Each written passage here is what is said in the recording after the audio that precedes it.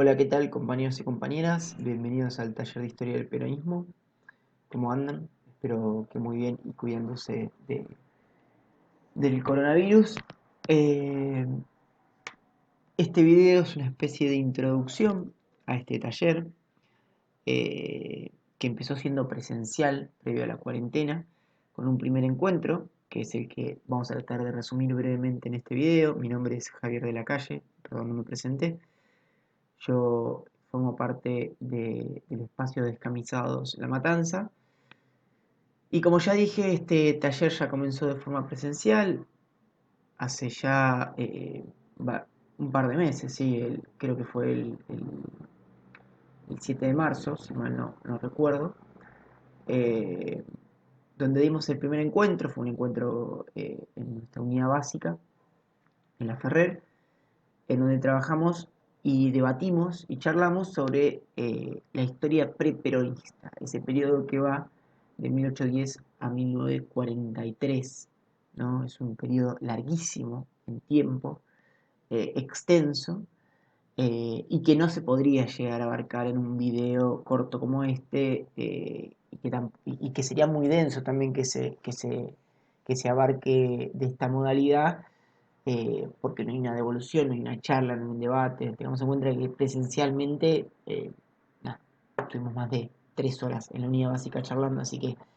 la idea es más que nada comentarles que este taller ya está funcionando, que ahora con esta nueva modalidad digital, esta nueva modalidad remota, vamos a tratar de darle continuidad a partir de los próximos encuentros, del segundo encuentro con el primer peronismo y el segundo peronismo, o sea, los dos primeros gobiernos peronistas, después con la proscripción del peronismo, etcétera, etcétera. Vamos a seguir con el relato histórico desde una lectura peronista, pero queríamos dejar, o por lo menos dar constancia de un primer encuentro, eh, y no dejar a muchos de los participantes que van a sumarse ahora a esta nueva modalidad sin alguna introducción a lo que ya vimos, ¿no? Como ya dije, la historia preperonista, o sea, antes de la llegada del peronismo al poder, o podríamos decir de Perón a la Secretaría de Trabajo durante el gobierno de Farrell,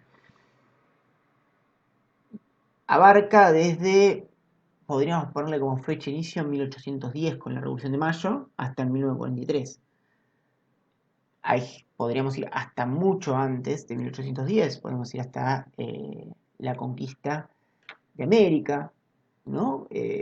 Donde podemos encontrar raíces de ciertos movimientos de resistencia frente a la invasión, frente al despojo, frente al genocidio de los pueblos originarios.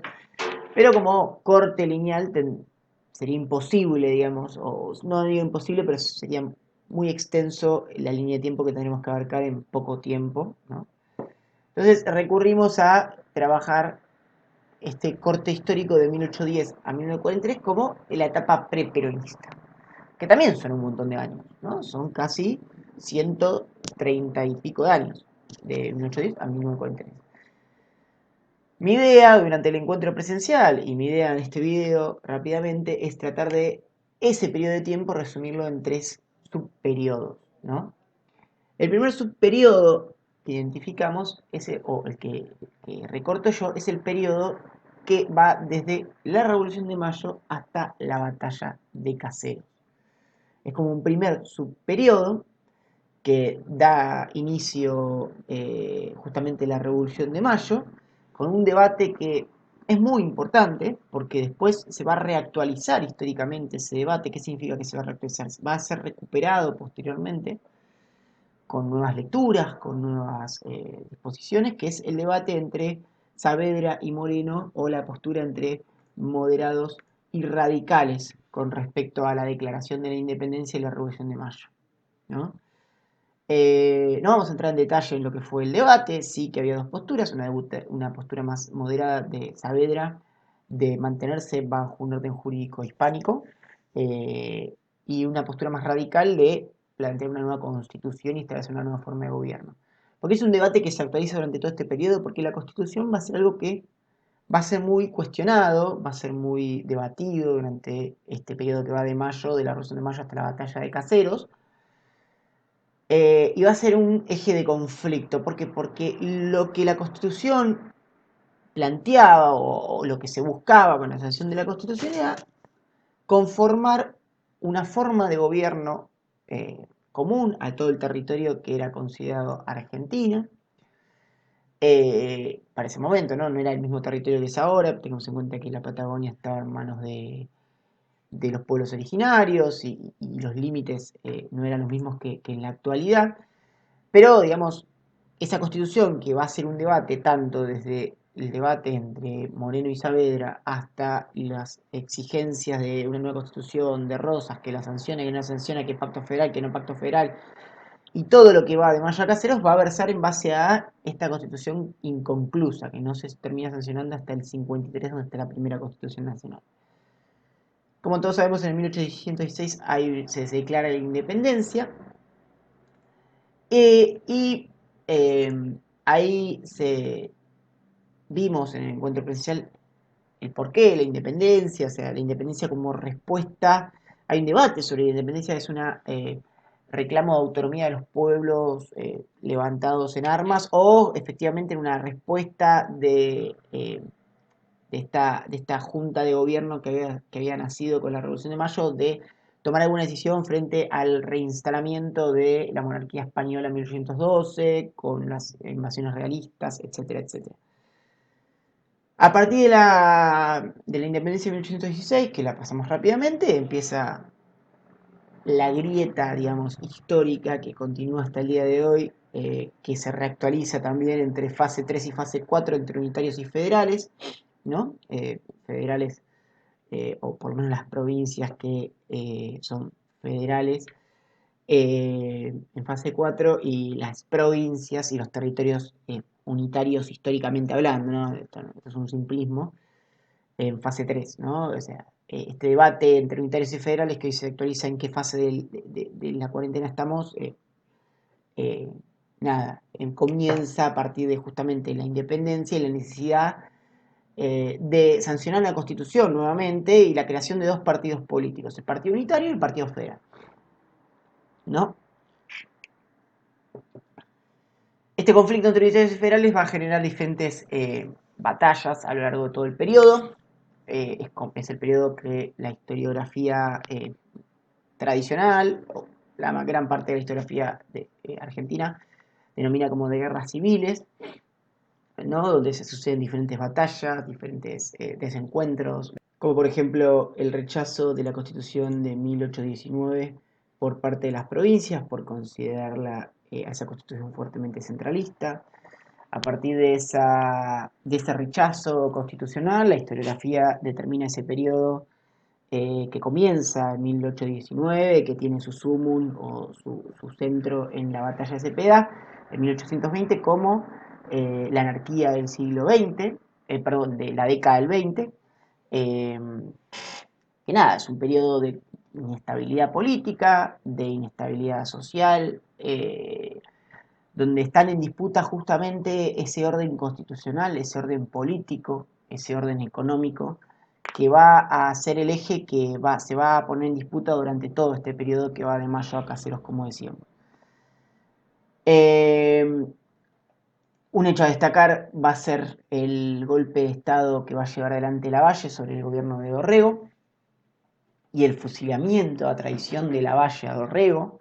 Va a ser uno de los primeros hechos históricos fuertemente repudiados por la corriente revisionista y por ejemplo, los caudillos federales. Entre ellos se encontraba Rosas, que frente a ese atropello militar de Lavalle frente a Dorrego, que era un amigo suyo, va a tomar riendas en el asunto. Rosas era un caudillo muy, muy poderoso económicamente hablando, importante, que traccionaba muchas personas, digamos, ¿no? Muchos, era un hacendado, ¿no? Tenía tierras, tenía riqueza, tenía poder político, tenía manejo de personas, y va a hacerse con el poder de la provincia de Buenos Aires, derrocando a Lavalle y elegido por la Asamblea como gobernador justamente de la provincia con la suma del poder público total en el 29. El gobierno de Rosas, la historiografía peronista y vamos a decir la historiografía revisionista tiene un montón escrito. Charlamos un montón durante el encuentro presencial. Lamentablemente ya veo que el video se me está yendo de las manos porque ya tiene más de los 10 minutos que tenía pensado de origen. Así que vamos a dejar como recomendación un texto que lo van a encontrar en el Drive que se llama El nacionalismo ganadero de Abelardo Ramos, donde plantea esa conflictividad de la figura ambigua de don Juan Manuel, ¿no? Como le dice Ramos. Eh, ¿Por qué ambigüedad? Porque al mismo tiempo que se plantea como un líder federal, las políticas federales son en algunos lados cuestionadas por la historiografía mitrista, nunca sanciona la Constitución, es un debate que está en boga hasta el día de hoy, el por qué no la sanción de la Constitución, si era por seguir manteniendo la suma del poder público, si era porque entendía que no estaban dadas las condiciones materiales y objetivas para sancionar la Constitución, que la sanción de una Constitución iba a generar un baño de sangre que él quería evitar. En fin, ese debate se puede saldar en base a las lecturas que ustedes cada uno hagan en su lugar. Obviamente Rosas es una figura a destacar. ¿Por qué? Porque Rosas fue el que organizó y pacificó, digamos, el terreno de todo este despelote que era Argentina después de la Revolución de Mayo. Rosas, mal que le pese a cualquier historiador, y acá somos tajantes en lo que decimos, sostuvo la unidad política y territorial entre los diferentes proyectos de país en juego mediante una política, como digo, ambigua, de protección para el interior, libre cambio para Buenos Aires, sobre todo para los ganaderos del puerto, y una libre navegación del río para fomentar las economías territoriales. Tengamos en cuenta que junto con el debate de la Constitución Nacional estaba el debate de otro actor o de otro eh, participante, más que nada económico, que era el puerto de Buenos Aires. ¿No? Junto con el debate sobre la Constitución argentina, cómo tenía que organizarse el territorio argentino, federal, unitario, cómo se repartían la, la, eh, la distribución de los poderes políticos, estaba también cómo se repartía la distribución económica de las ganancias que recibía el puerto de Buenos Aires. Eh, ¿Qué era el puerto de Buenos Aires? Era desde donde se vendía eh, todos los productos que se producían en el territorio y en el donde se cobraba impuestos a la venta de esos objetos y esos impuestos, ¿quién los recaudaba? Y bueno, el debate histórico, justamente, que va de Mayo a Caseros, es, bueno, ese puerto va a estar en disputa. Si el reparto tiene que ser federal, si el reparto es de la provincia, si el reparto solamente es de Buenos Aires, o sea, solo queda para la provincia de Buenos Aires. Ese va a ser otro eje en disputa fuertemente que va a convulsionar mucho este periodo que va de Mayo a Caseros como el primer periodo que estamos trabajando. Durante el encuentro trabajamos también o debatimos sobre la generación del 37, que bueno, nada, está bueno para debatirlo en persona, para charlarlo, capaz en el encuentro que tengamos virtual podamos retomarlo en algún momento, porque después ese, esa dicotomía entre civilización y barbarie que introduce la generación del 37 con escritos como por ejemplo el Facundo de Sarmiento o el Matadero de Esteban Echeverría. Después va a haber una reescritura en términos de cabecitas negras para referirse a los peronistas como la barbarie, la civilización como la clase media porteña, digamos, al peronismo como bárbaro, a la socialdemocracia o a la democracia cristiana como la civilización, ¿no?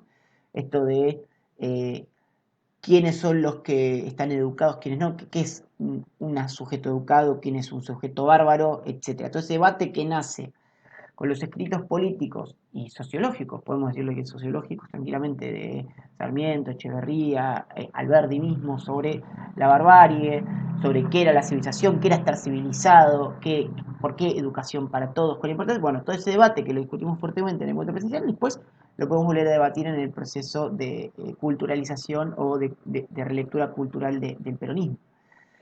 Eh, Trabajamos sobre la vuelta a obligados y cerramos este periodo con la batalla de Caseros.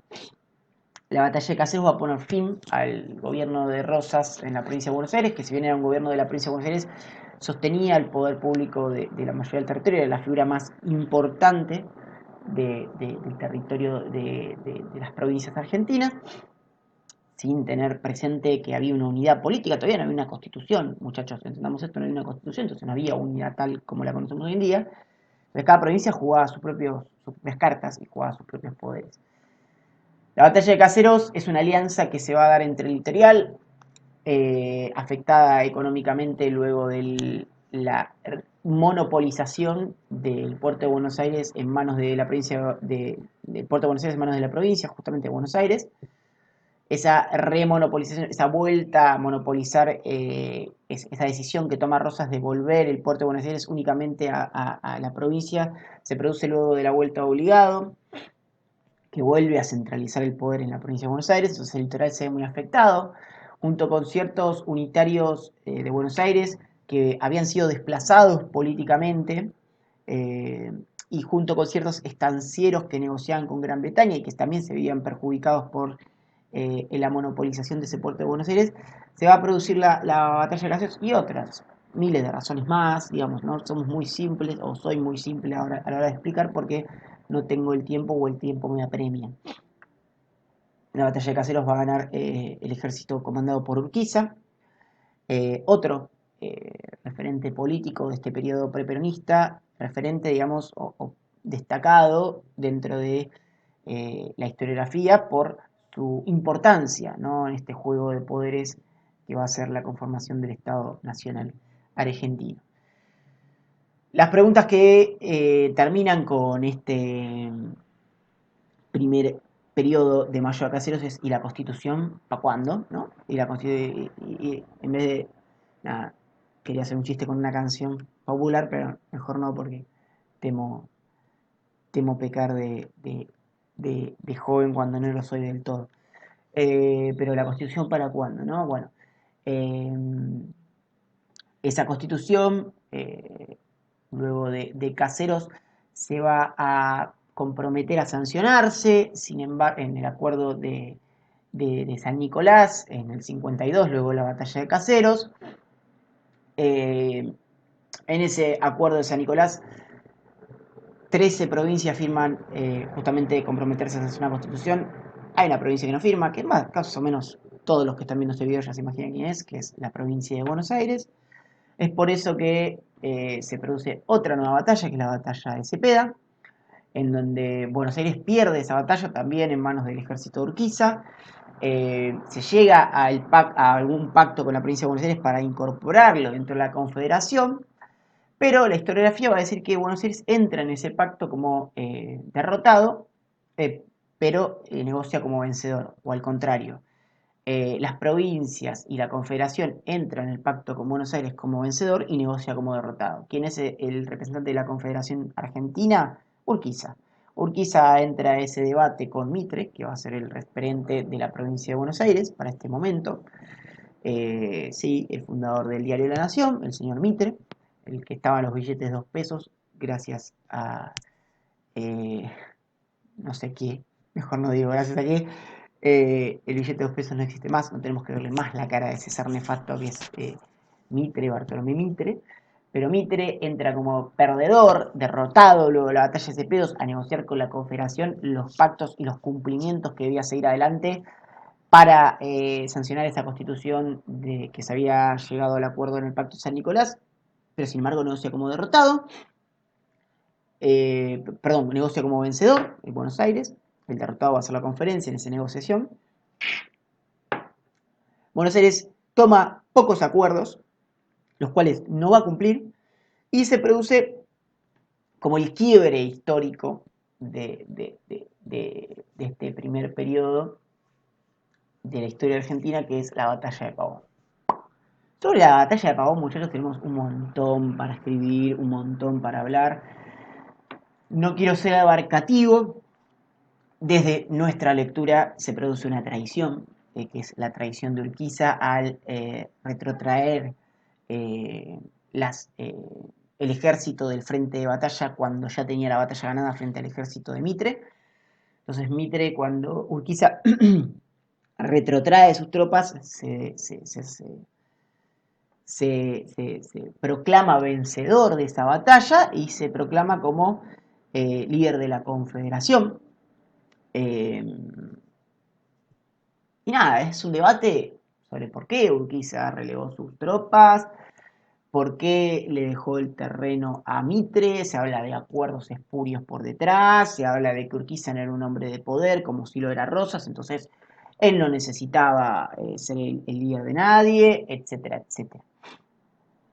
Lo que sí se sabe es que luego de la batalla de Pavón, el que queda en manos de la conducción del país o de la Confederación va a ser el representante de Buenos Aires y se va a producir lo que nosotros o yo quiero llamar como el periodo de orden y progreso, ese periodo que va desde Pavón a 1914, en que se sanciona eh, la ley Sáenz Peña, perdón, 1912, en que se sanciona la ley Sáenz Peña, 1916, en el que triunfa el radicalismo. Ese periodo que va desde Pavón hasta el primer gobierno de Irigoyen va a ser el periodo de orden y progreso, como dice la banderita de Brasil, orden y progreso, o como dirá Roca, paz y administración. El periodo que va de Pavón al gobierno de Roca, o sea, de 1861 hasta 1880, que Roca llega a la presidencia de la nación, lo denominamos periodo de paz o de orden. ¿Qué significa orden y paz, entre comillas? Bueno, buscar pacificar, y todo lo ponemos entre comillas, porque la forma en que se pacifica el territorio argentino es mediante una guerra de policías que va a llevar adelante Mitre, mediante la guerra, por ejemplo, con el Paraguay, mediante la campaña del desierto que va a llevar adelante Roca. Son todas políticas de Estado encausadas por un gobierno más de corte unitario, que nada, que van a buscar o van a tener la finalidad de ordenar ese país convulsionado desde mayo, ¿no? O sea, desde la Revolución de Mayo, de la que ya hablábamos, y que va a tener su correlato de progreso o administración, como va a decir Julio Argentino Roca, a partir de 1880, bajo su gobierno, donde es el periodo de 1880 a 1916, donde es la historiografía eh, oficial, eh, mitrista, podríamos decir, es donde se produce como la creación de la administración estatal, la creación de la burocracia estatal, donde se crean las escuelas, donde se crean los ministerios que todavía hasta el día de hoy continuamos teniendo, donde se crean las leyes laicas, las leyes positivistas, progresivas, el movimiento positivista como de progreso imparable, esto de que si un territorio está ordenado, el progreso es algo que va a llegar indefectiblemente. Este ingreso del Estado dentro de un sistema económico internacional, mediante el sistema agroexportador, obviamente, pero ingresa a la Argentina a un circuito comercial a nivel internacional. Este periodo de 1880 a 1916 es el periodo de progreso, pero claro, que tiene su correlato de eh, genocidio, tiene su correlato de persecución y tiene su correlato de guerra de policías previo, que fue durante el gobierno de Mitre. O sea, en donde se logró, entre comillas, pacificar. ¿Qué significa pacificar? Y bueno, aniquilar a la oposición, ¿no? Eh, la guerra contra las montoneras, trabajamos en este periodo el cuadro de La Vuelta del Malón de Ángel de la Valle, que es la representación de la barbarie nuevamente, ¿no? ¿Quiénes son la barbarie en este periodo? Bueno, los indios, los pueblos originarios, los gauchos, ¿no? Los líderes montoneros, no sé, el Chacho Peñalosa, la representación del bigotudo típico federal. Bueno, ese va a ser el enemigo a derrotar para justamente generar un país moderno, ¿no? También debate que tiene la historiografía revisionista. Perón va a ser un fuerte defensor de Roca. Él cree que la administración de Roca, yo en parte coincido que la administración de Roca fue muy buena, y es un debate muy fuerte en el ámbito militarista y en el ámbito territorial y de soberanía, qué es lo que sucede o cómo releemos lo que fue la campaña mal llamada del desierto, porque en el desierto no había eh, nada. Cuando nosotros nos referimos a un desierto pensamos en nada, en que hay tierra vacía y sin embargo esa tierra está poblada por pobladores originarios y se convirtió en tierra arrasada. Pero al mismo tiempo que se convirtió en tierra arrasada, se incorporó ese territorio a lo que es hoy en día Argentina. Lo que sí no hay mucho debate historiográfico, o por lo menos del revisionismo, que hay una postura bien planteada desde la lectura periodista sobre la guerra del Paraguay, que es otro eje que trabajamos en Encuentro Presencial, que va a ser una guerra claramente imperialista, ¿no? Esta guerra que lleva adelante el Brasil, el Uruguay y Mitre como representante argentino contra el Paraguay, contra Solano López. Va a ser una guerra claramente comandada por el Imperio Británico, que buscaba derrotar al eje económico sudamericano más importante que tenía la región, que era Paraguay. Paraguay era un país pujante económicamente, que no tenía deuda externa, o sea, que no dependía de ninguna potencia extranjera para su progreso económico, para su progreso social. Tenía desde fundiciones de metalúrgicas hasta fundiciones armamentísticas. Bueno, la guerra del Paraguay es una clara muestra de cómo Gran Bretaña mueve los hilos desde mucho tiempo antes a la deuda externa, donde Gran Bretaña va a ser el eje que va a titiretear, como muestran diferentes imágenes y cómics de la época, cómo va a manipular a los cipayos históricamente argentinos que tenemos en nuestro país, que hasta el día de hoy siguen siendo títeres de los imperios, Estados Unidos y Gran Bretaña en particular, pero grandes imperios económicos y holdings económicos en la actualidad, que van a responder esos títeres, esos cipayos a los intereses de las potencias extranjeras, obviamente buscando un fin particularista y no comunitario. Esa guerra de Paraguay es una guerra muy sangrienta que va a durar más de 5 años, donde se va a aniquilar la mayor parte de la población, más de un tercio de la población paraguaya va a morir en guerra, más de 2 tercios de la población masculina va a morir en el Paraguay, en esa guerra, y claramente toda la potencia económica y política que tenía el país vecino va a desaparecer, va a ser sometido a el crédito inglés. Eh, la, el gobierno de Roca lo que trae en 1880 va a ser la federalización finalmente de Buenos Aires, eh, que pone esta federalización a 70 años de guerra civil, ¿no? Esta finalmente consolidación de un orden federal, que si bien en el 53 se había sancionado la Constitución, Buenos Aires no había adherido a esa Constitución. Finalmente, en 1880 se federaliza Buenos Aires finalmente con el gobierno de Roca y empieza el periodo de administración y periodo de progreso. Que va hasta 1916. En este periodo trabajamos sobre la cuestión social, trabajamos sobre la política de gobernar y expoblar, que es una frase de Alberti que va a recuperar el roquismo para traer un montón de extranjeros a nuestro país, extranjeros no de los países limítrofes, sino de los países europeos que estaban en crisis. Luego de la segunda revolución industrial hay muchos países de la periferia europea que entran en crisis por no poder adaptarse a los nuevos requerimientos de la industria. Eh, y empiezan a llegar parva de barcos repletos de extranjeros y la mar en coche, todo lo que sabemos.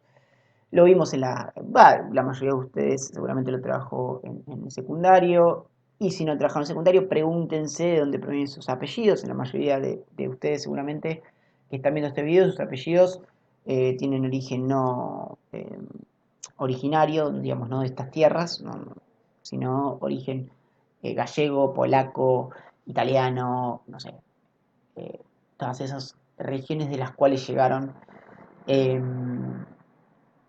nuestros abuelos o bisabuelos, ¿no? En 1890, 1900, 1910. Se habló sobre qué es el sujeto, dialogamos sobre qué es el sujeto argentino durante esa época, porque digamos, si llega un montón de población extranjera que hablan otro idioma que no es el español, el italiano hablaba italiano, el polaco hablaba polaco, el gallego hablaba el dialecto de Galicia, el catalán hablaba catalán, y bla, bla, bla. Entonces, ¿qué es el sujeto argentino? Ahí se habla sobre la necesidad de la educación, hablamos y debatimos sobre la necesidad de la educación para generar un sentimiento nacionalista sobre esta tierra que era Argentina, que era la que la vivíamos y la que buscaba progresar económicamente. Hablamos sobre las ideas anarquistas y socialistas que estos pobladores trajeron. Y también hablamos sobre justamente que estas ideas van a traer nuevas concepciones sobre la organización política, que no eran objeto de debate previamente, que va a ser la necesidad de democratizar al orden político, sancionar elecciones libres, van a producirse diferentes revoluciones durante el gobierno de Roca o intentos de revoluciones. La revolución del Parque en 1890, que va a ser llevada a cabo por el Partido Radical, que el Partido Radical estaba precedido por Alem, que va a ser un político de mucha relevancia durante este periodo. El Partido Radical es un partido de corte de clase media, media urbana, sobre todo, representaba los intereses de los sectores medios urbanos, que buscaban mayor participación política, que se veían impedidos de esa participación justamente por el fraude político que llevaba adelante el Partido Autonomista Nacional, que era el partido que precedía a Roca. Desde 1880 estaba en el poder Roca y se sostenía y se iban sucediendo en el poder diferentes representantes o referentes de ese Partido Autonomista Nacional. Y bueno, las diferentes revoluciones, movimientos de la Unión Cívica, del Partido Radical, van a generar la Revolución del Parque.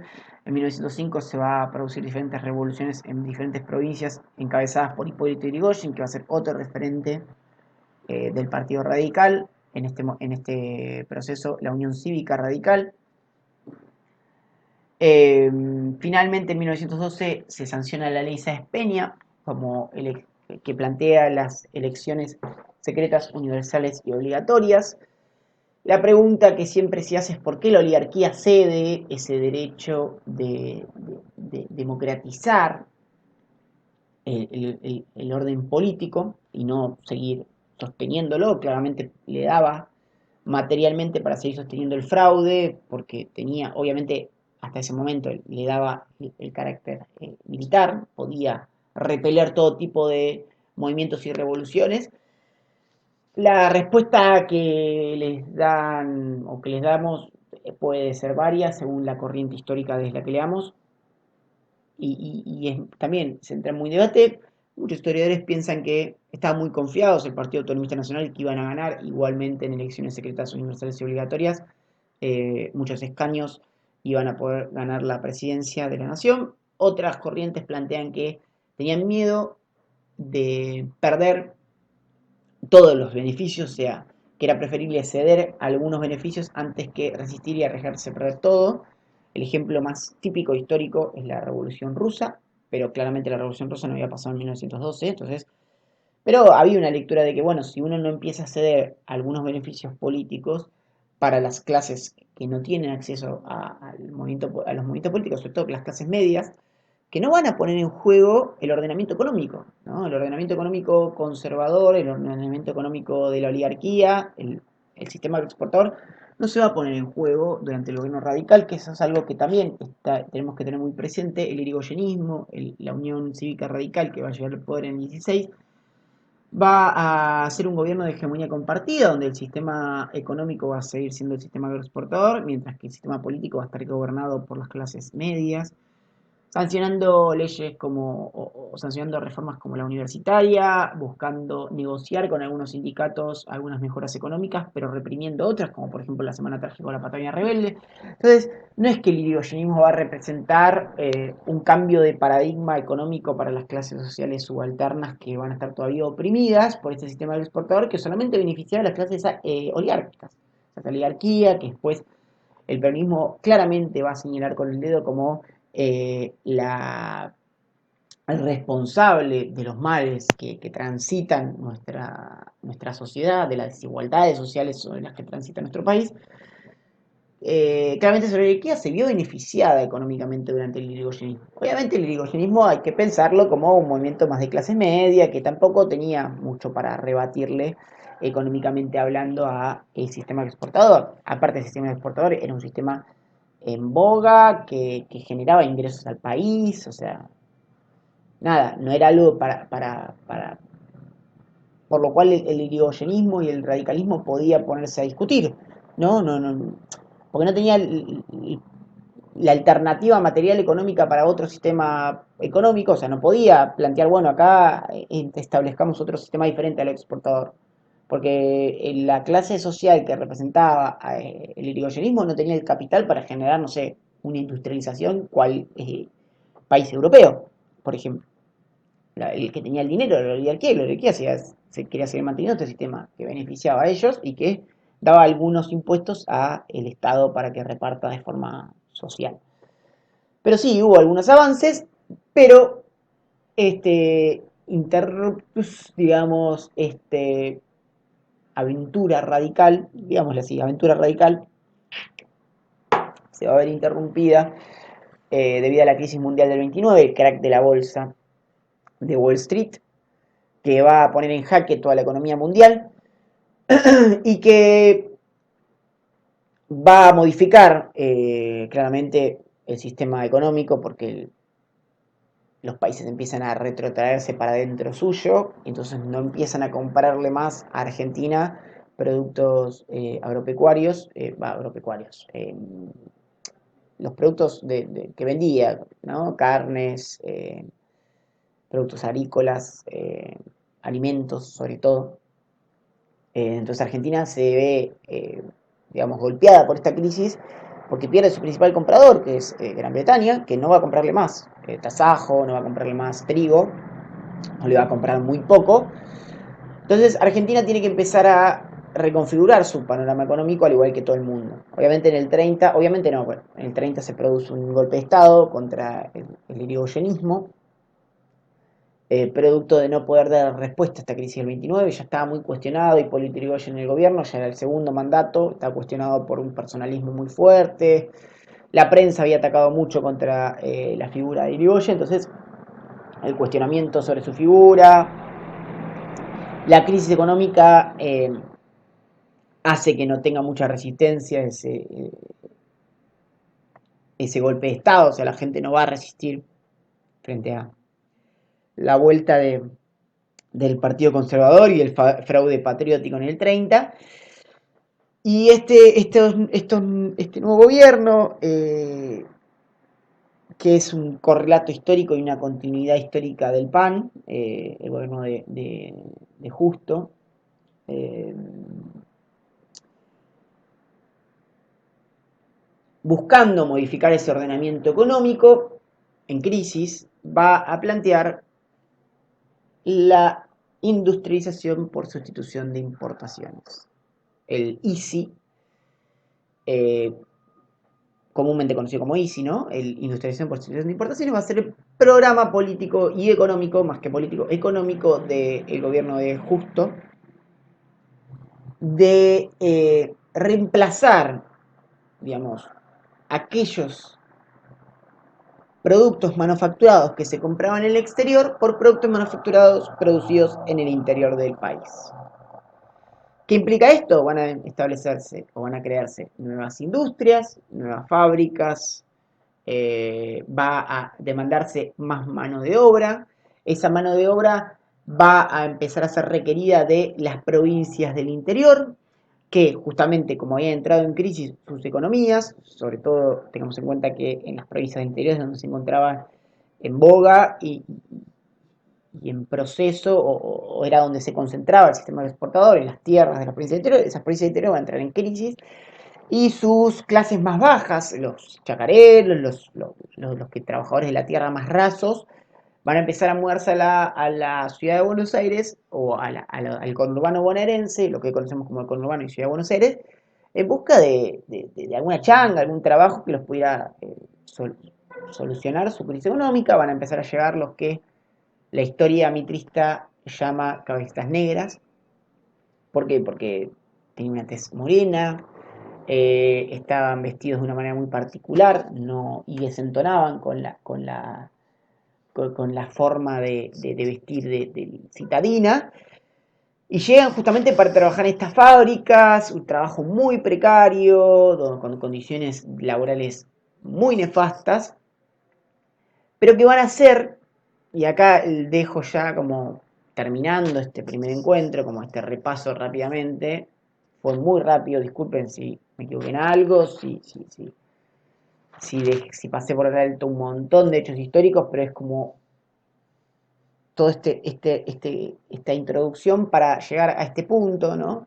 Estos cabecitas negras que van a llegar para colmar las industrias que van a nacer gracias a la industrialización por sustitución de importaciones, buscando darle respuestas a la crisis económica, van a ser un sujeto social nuevo en el conurbano y en Buenos Aires en general, un sujeto social que no estaba acostumbrado a la vida citadina, que no va a tener ninguna representación política de los partidos tradicionales, ni por el radicalismo, que obviamente no estaba proscripto, pero no tenía mucha legitimidad, no va a ser retomado por el Partido Socialista, estos cabecitas negras, que tienen una lectura más cientificista, más europeizante, no va a ser claramente retomado las necesidades y las inquietudes políticas por los partidos conservadores, estos cabecitas negras. Claramente los conservadores explotaban a estos cabecitas negras en sus fábricas. Entonces va a ser un sujeto político que durante muchos años va a vagar ahí en la urbe citadina buscando algún lugar donde subjetivarse políticamente, o sea, donde tener participación política. Algunos van a entrar dentro del sindicalismo, muchos van a entrar dentro de las corrientes sindicales, los sindicatos van a crecer mucho, sobre todo los sindicatos fabriles van a crecer mucho durante este periodo, pero esos sindicatos no van a tener ninguna línea de diálogo con ningún partido político porque no van a responder los partidos políticos a sus intereses. Y es ahí donde hay un sujeto social, un sujeto político sin representación partidaria. Y ahí es donde el peronismo, vamos a ver cómo empieza a, a minar, ¿no? Esos sujetos políticos huérfanos. Podríamos decirlo así, como para cerrar este encuentro. Para pensar, ¿no? Para dejarlo pensando picando. Para terminar, quiero dejarles una frase de por qué, que nuclea y que centraliza o que resume, más que nada la palabra resume. A veces digo muchas palabras que luego encuentro la correcta y es esta, que resume el porqué de estos encuentros. Y quiero leerles una frase de Rodolfo Walsh para resumir esto, ¿no? Y dice así: nuestras clases dominantes han procurado siempre que los trabajadores no tengan historia, no tengan doctrina, no tengan héroes ni mártires. Cada lucha debe empezar de nuevo, separada de las luchas anteriores. La experiencia colectiva se pierde, las lecciones se olvidan. La historia aparece así como propiedad privada cuyos dueños son los dueños de todas las cosas. Esta cita de Rodolfo Walsh es importante para ver por qué recuperamos la historia argentina, ¿no? La historia argentina nos sirve a nosotros para recuperar luchas anteriores, para recuperar aquellos mártires y aquellas doctrinas que nos sirvan hoy, en la actualidad, siglo XXI, 2020, contexto de pandemia, para luchar por un país mejor, un país peronista, donde reine la justicia social, la igualdad económica y la soberanía política. Eh, Muchas gracias por el tiempo, perdón por la extensión y espero que tengan una buena semana para todos. Nos vemos en el encuentro próximo de Primer Peronismo.